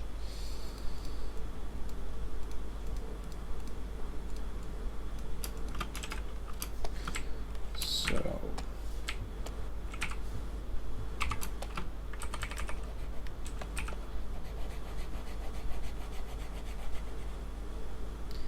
I know it looks like eye cancer at the moment, but bear with me. It doesn't look like eye cancer. Yeah, it's I'm probably just like so keen. Like every time a new color gets added, it just gets like so much more interesting. cool. Well, yes, it's like layer upon layer upon layer upon layer. You're constantly adding ideas and concepts. Okay, so we will add like a bright pink top. Same with this roses.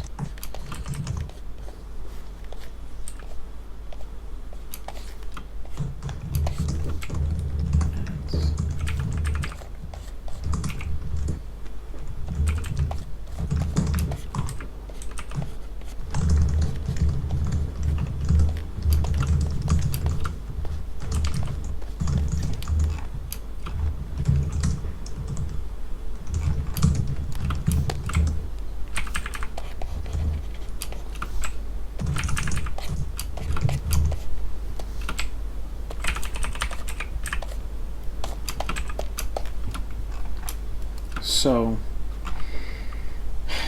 well, at this stage, the color concept is probably, you could maybe show it to your client, because the idea is clear. Okay, we have a dead tree, we have green leaves, and the red flower. If you want to render this more out, which I will do now for the rest of the video, you can do this, but just be efficient. Know what kind of techniques are necessary to make quick, fast results that communicate the idea. You don't have to render it like crazy, because it just costs time and annoys the producer.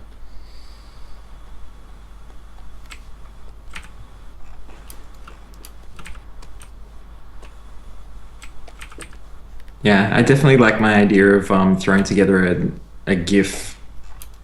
Basically, every art stream throwing together a GIF that goes through the stages that you've been through from the start of the stream to the end. Cool. So what I'm still want to add at this moment is moss, because I think I've indicated it at the beginning and I want to have it there. So we will try to add some moss. What color are you going to make it? Green. Green? Yeah, well, it's a little bit different green. I don't want to mix too many colors, because it will be a clusterfuck. No, the colors themselves are still a little bit too separated for my taste. They need some, like, how should I say? What's called? Like, they're not consistent enough. The red is just definitely too fucking red. It's glowing and it's killing my eyes. Yeah, but this is something you can do later on. You're basically laying out colors, and then you will blend them carefully together and see how this works. And right now I've added the moss, and it looks like it connects suddenly all the colors that are in the image. At least the green and the brown. And the brown, yeah, that's what I was going to say. Right. So, let's see.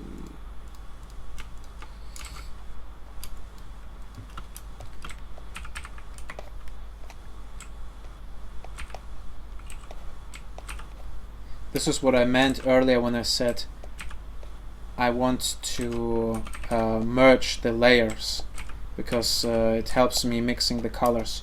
What you could do, you could pick the colors and make a separate color, how it's called, chart, and mix them there and pick it from there. It helps immensely. This is what I should have done, but I've skipped the stage, so I will have to make it in the image.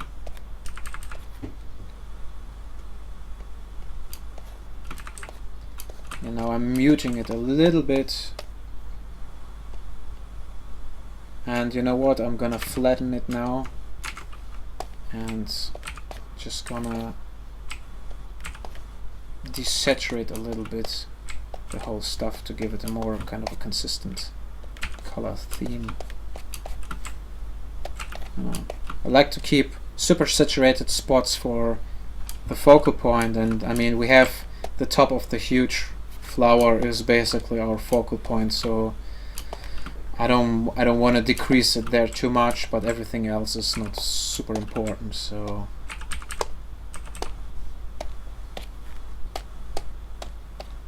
give it a little bit of texture.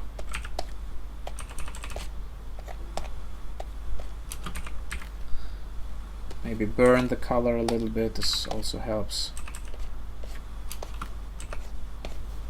I mean, don't overuse it again, be careful when you use it. Dodging and burning are tools that should be used really carefully, like crackers. Total random shit.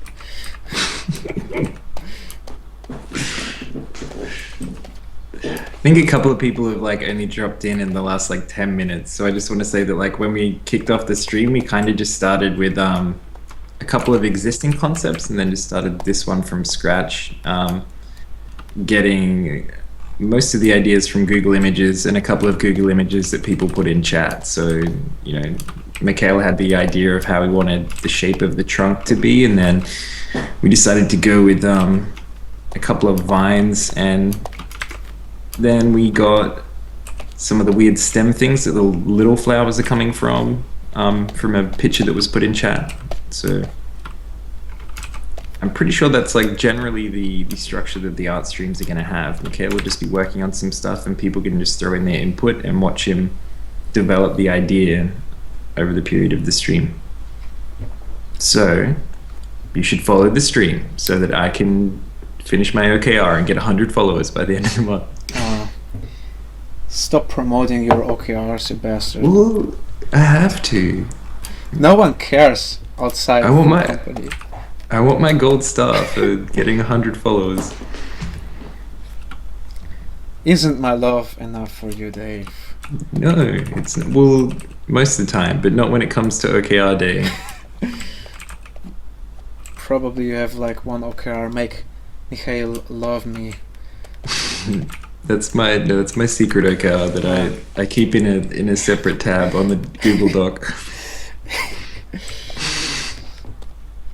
Okay, but as most of you can see, like suddenly we get, bam, it looks geometrical, it looks a little bit more, you know, it has depth and stuff. It doesn't have like all the details, but if you zoom out, oopsie, it's recognizable, the idea is clear, and everything from that point is just, you know, relaxing, drinking your coffee and rendering a little bit more geometry out.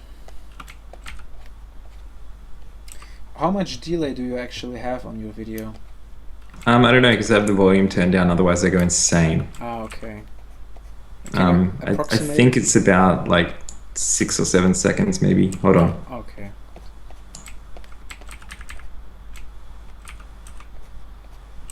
If it's like half a minute, then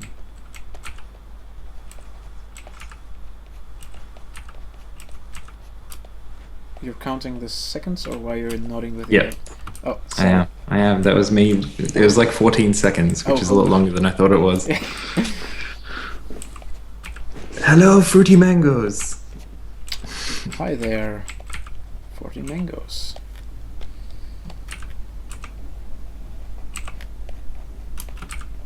And I keep forgetting how many followers we actually have when I start the stream. So I'm like really failing at gauging how successful I've been at convincing people to follow. You know, to be Keep honest, looking. if one person gets some interesting information out of it, I'm happy. I know, but that's you. We have different goals. Oh. You're the art guy. You just want to help people be artistic and stuff. That's great. I need results, Mikhail. Sorry to be this idealistic, artsy-fartsy guy. We are. Mikhail at the moment is working on a concept image for an asset that we want to throw into a new biome that we're going to be putting into the game. So biomes like a just environmental area, you know, like different terrain, different plant life, that sort of stuff.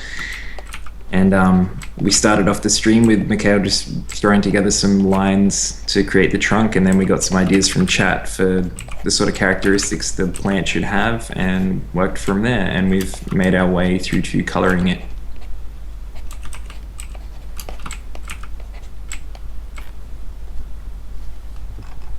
And we will throw up a highlight. So if anyone dropping in now is interested in like the step-by-step process, you can kind of jump through it. That way you don't have to watch the whole stream. You can just kind of look at the parts where we're actually taking the biggest steps.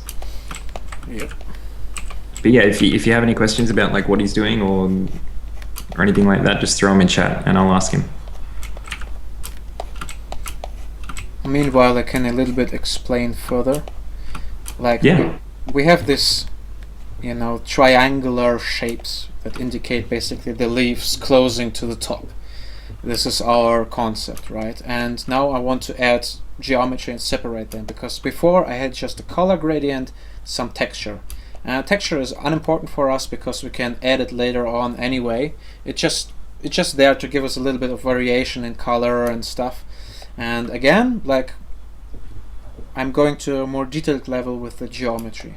And as I said before, light works in gradients. So we basically have at the bottom of our triangular shape a zone where we have ambient occlusion. This is the darkest spot, and to the top it gets brighter. And with the way how it gets brighter, we can also indicate the curvature of the leaf. You know, if it's linear, then probably the curve is flat. If it's like very dark, then it has like, I don't know, a quite big zone where the value doesn't change too much, and the top, which is very highlighted, we could indicate a different shape, you know. And this is one step I'm working on, and the second one is trying to separate one leaf against another, so which is, you know, quite easy, quotes and quotes, because you have basically the bright top against the dark bottom of the leaf behind it. So we can, yeah, it separates one shape from another.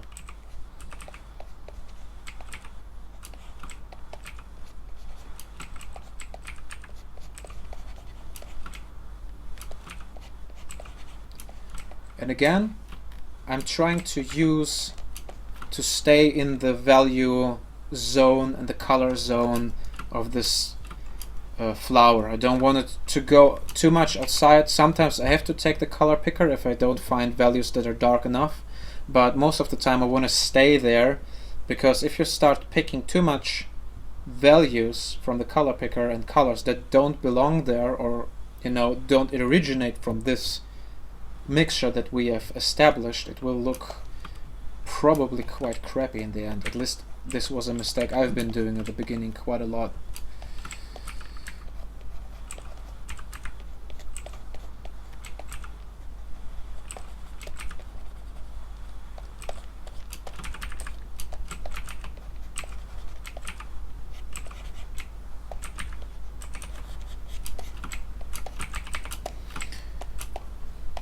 You see any questions? Nope. A couple of people dropped in, and someone asked, "Are we working on the game?" And that's when I jumped into my description. All right.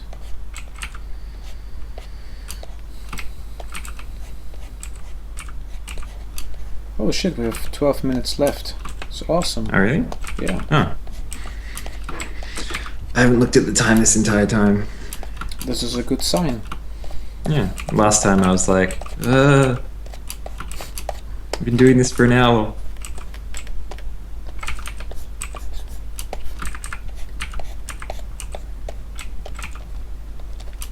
But You know, I think that's a really good idea, though, doing a GIF. And I know there's a couple of people who have heard my idea because I've been here from the beginning. But yeah, I totally agree. I mean, the more promotional material we have, the better.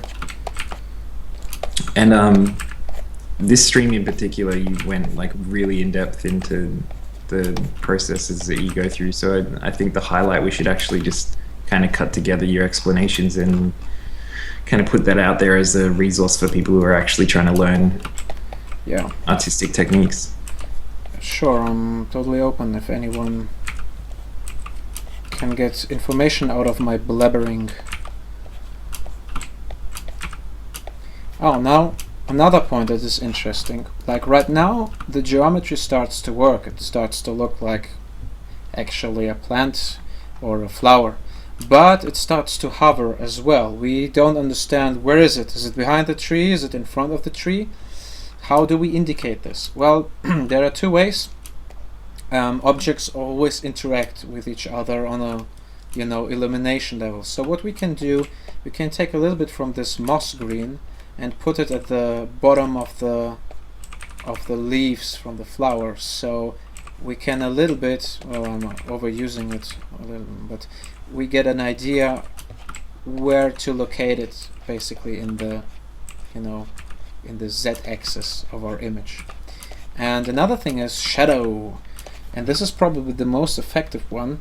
So I will make a new layer, and if I say this flower projects a rather sharp shadow on the geometry, we could give a better view of what the geometry actually is with the curvature of the shadow, and we can indicate the position of the flower on the trees better. Hope it works. Global illumination. I'm just repeating chat. I don't know what that means. Me neither. You're an art guy. Yeah, I don't have to know things because I do it like from a gut feeling. Let's see. I hope I don't screw it up. Come on.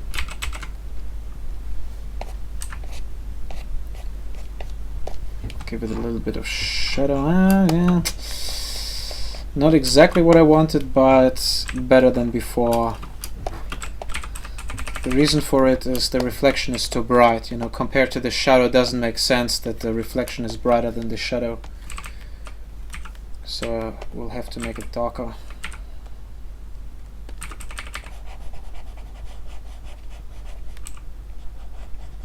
Okay, apparently global illumination is exactly what you were explaining. It's objects projecting colors onto each other. Things learned. You see, I also learned stuff.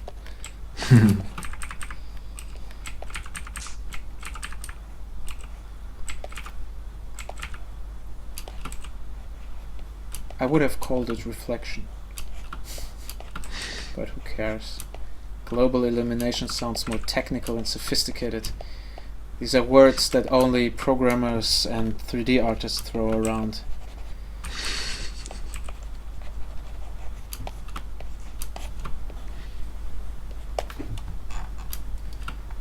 Yeah, well, works a little bit. Not super happy, but I think I know why. Like the value at the bottom is too bright. It's too bright because it competes with the top and distracts a little bit and takes away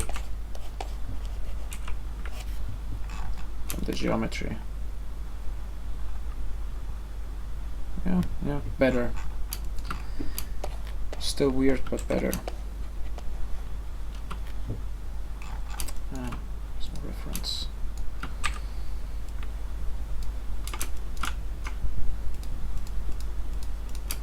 Yeah, that looks good. I had to wait the 12 seconds and wait for the zoom out.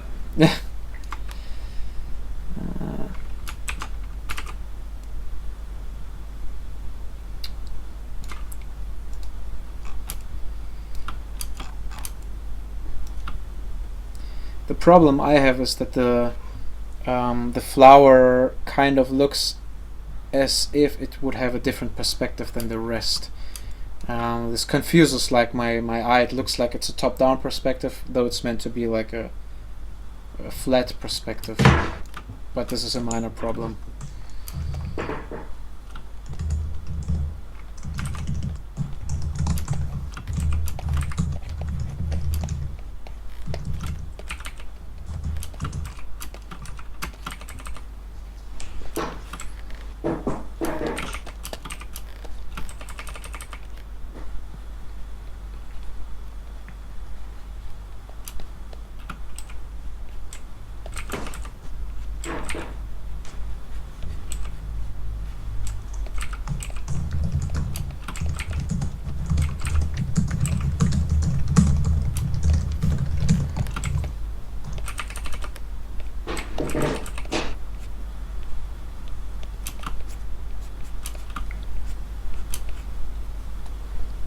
I was just like really tempted just then to pretend it was me painting, because someone asked who was painting, and I was like, oh, it's Mikhail, our art director. Then I was like, oh, they may mean which person on the stream is painting. So yeah, it's totally the dude on the left. He's just owning it.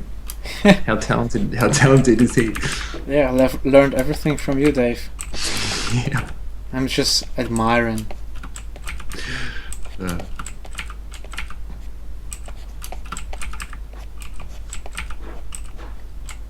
Although I did do quite an impressive. Galen Gandhi in chat says he is familiar with some of your other work, and Cool. he said keep up the good work. Thank you, mate.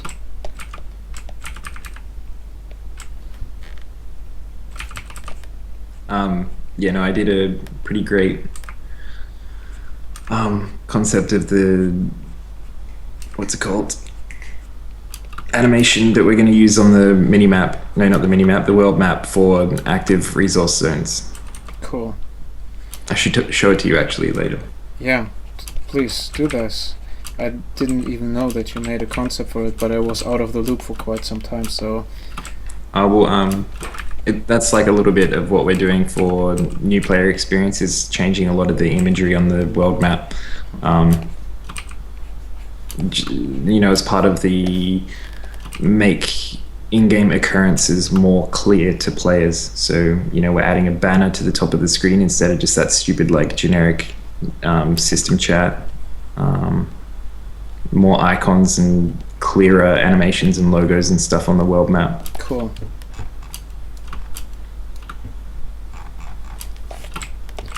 Cool. Yeah, I'm kind of out of the loop there because this is a discussion between you and Alex. All I can do is maybe brainstorm with you on a couple of points, but most of the stuff is, I'm not a gamer, it's foreign to me. I'd say, a lot of it's going to be me creating some hideous, like, concepts, showing them to Alex to see what he thinks, and then explaining them to Marcus to implement. Cool. This is how it's supposed to be. Just to the painting, what I'm doing now, I'm getting rid of the super dark values, because for me they disrupt the image. I'm not a fan of high contrast. Well, that's maybe not right. There are places where you need contrast, and there are places where I really like subtle nuances in the value progression, and these are definitely too strong. If you compare it to the reference image, there are only like 3 spots where you have really dark values. All the rest is quite homogeneous in, well, let's say not homogeneous, but you have just very nuanced value progressions, though they are in the shadow. But again, these leaves are semi-transparent, there's still light coming through, it illuminates places where you would expect total darkness, but since they're like semi-transparent, you don't get it. And this is something I want to transport into my flower and make it a little bit more subtle and nuanced and cleaner, because it tends to look dirty when you use too strong contrasts at the beginning.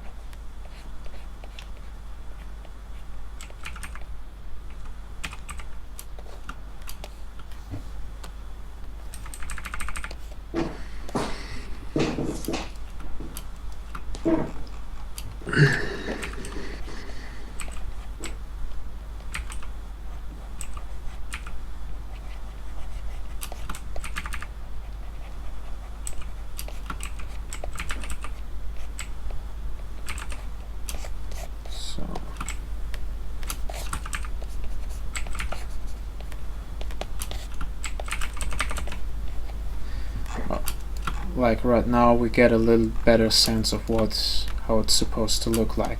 For instance, it's just to give you an example, and you can switch around. You don't have to stick all the time on one thing. Usually I jump around back and forth because taking a break from one part of the image allows me to think about it while I'm working on another part of the image.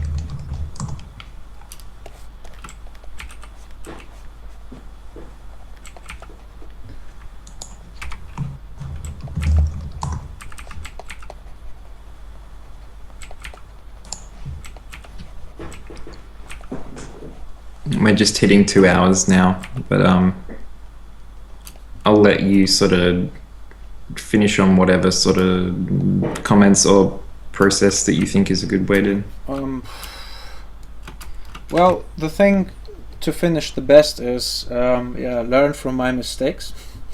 Like the thing that right now I have kind of ignored is design-wise this part of the flower. It has at the bottom very open leaves. Mine is rather closed.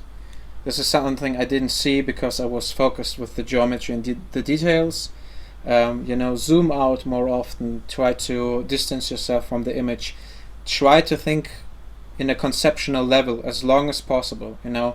A mistake that I've been doing is just make a concept and then like switch to detail mode and just paint details, which made it look rather lifeless, which is something which I tend to in this image as well. So be free. Free your mind. I know it sounds esoteric, but don't cramp up with painting details. They don't matter. The concept, the idea is the most important. I think it turned out well. I like it. Thank you. All right. Well, for the people off in the distance listening, I know a couple of people said they were just going to like listen in the background and that sort of stuff.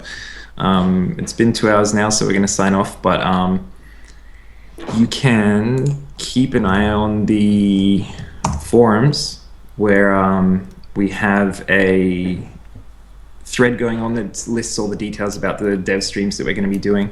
And I'll post stuff in there, like probably the GIF idea that I had that shows a GIF of the progress that Mikhail made over the process of the stream. And that'll let you know when we've got other streams coming up as well, which we're going to try and do every second Wednesday. So there'll probably normally be one about now in the middle of the month, and then normally one towards the end of the month. And probably about this time of day as well. We might mix it up depending on what information we get from people about what time suits them. So yeah, thanks everyone for coming, and please, if you haven't already, follow the stream, because it's one of my like big things this month is to get the followers up on the Twitch stream, because the streaming is something that we want to do a lot more of. So yeah, thank you everyone for coming. Yes, thank you very much from my side as well. Have a nice rest week, and see you somewhere on the next convention or whatever. Okay, bye.